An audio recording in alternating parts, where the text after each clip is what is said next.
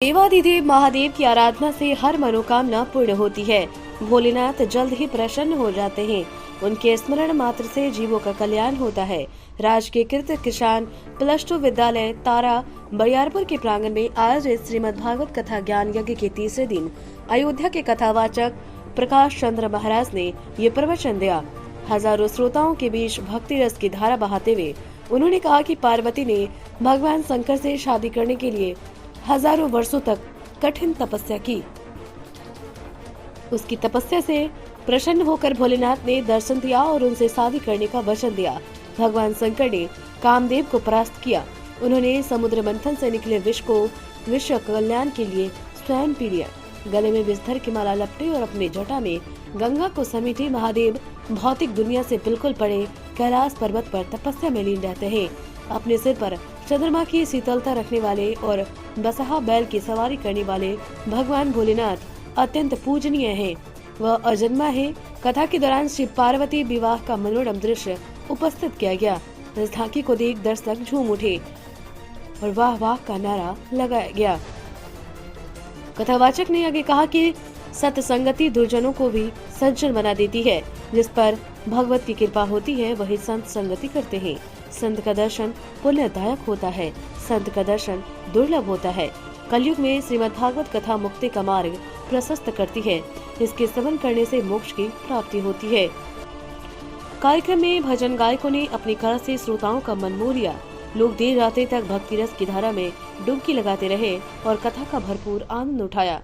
वही इस कार्यक्रम के सफल आयोजन में पंचायत के नवनिर्वाचित मुखिया बाबू प्रसाद वर्मा, सरपंच नवीन प्रसाद यादव, समाज सेवी रामप्रीत महतो, राम ध्यान महतो को यज्ञाध्यक्ष महंत वैष्णव दास महाराज के द्वारा माला पहनाकर स्वागत किया गया। कार्यक्रम के संयोजक अयोध्या के आचार्य अंजन महाराज ने कथा समापन के उपरांत लोगों के बीच प्रसाद का वितरण करवाया। बीरे न्यूज बिहार के लिए बेगूसराय के खोदावनपुर से राजेश कुमार की रिपोर्ट।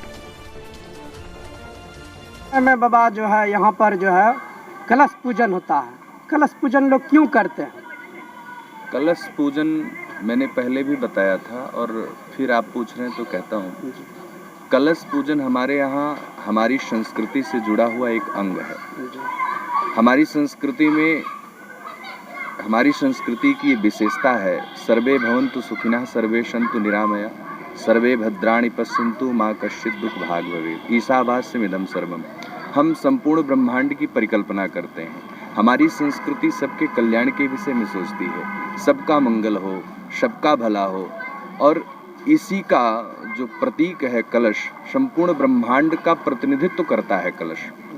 कलश पूर्णता का प्रतीक है और कलश का पूजन करने से आप ये मान लीजिए कि संपूर्ण पूजा स्वयं में हो जाती है। कलश पूजन मात्र से ही सारे ब्रह्मांड में जितने चराचर जीव, स्वेदज, अंडज, उद्भिद, जरायु, जो 4 प्रकार के जीव हैं, जो गोस्वामी तुलसीदास जी ने कहा 4 खान जग जीव अपारा, तो ये जो 4 प्रकार के जीव हैं, इन सबका पोषण हो जाता है, सबका सम्मान हो जाता है, सबकी पूजा हो जाती है। ये कलश का महात्म जहाँ तक मेरी समझ है।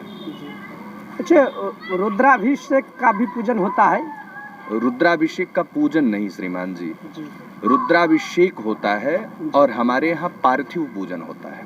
पार्थिव पूजन मतलब मिट्टी के भगवान शिव बनते हैं और उनका पूजन होता है, प्रतिष्ठा होती है, अभिषेक होता है। ये हम उस परंपरा का पालन कर रहे हैं जो भगवान राम ने कभी किया था। लिंग थापि विधिवत कर पूजा शिव समान प्रिय मोहि न दूजा, जो भगवान ने सारे संसार को संदेश दिया था। सर्वप्रथम भगवान राम ने पार्थिव पूजन किया, क्योंकि जब समुद्र तट पर थे तो वहाँ कोई लिंग नहीं था।